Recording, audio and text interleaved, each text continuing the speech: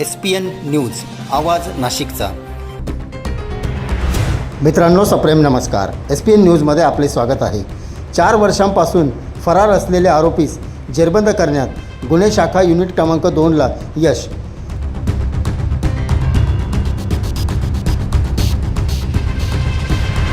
सविस्तर वृत्त असे।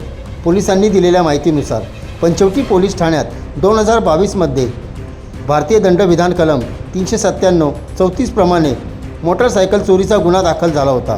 गुन्ह्यातील आरोपी वैभव शिवाजी तौर हा गुन्हा दाखल झाल्यापासून फरार होता। सदर आरोपीचा शोध घेत असताना सहाय्यक पोलीस उपनिरीक्षक शंकर काळे व सहाय्यक पोलीस उपनिरीक्षक विलास गांगुर्डे यांना गोपनीय माहिती मिळाली की सदर युवक हा सध्या दसगाव नाशिक रोड परिसरात राहत आहे, अशी माहिती यांना मिळाली होती।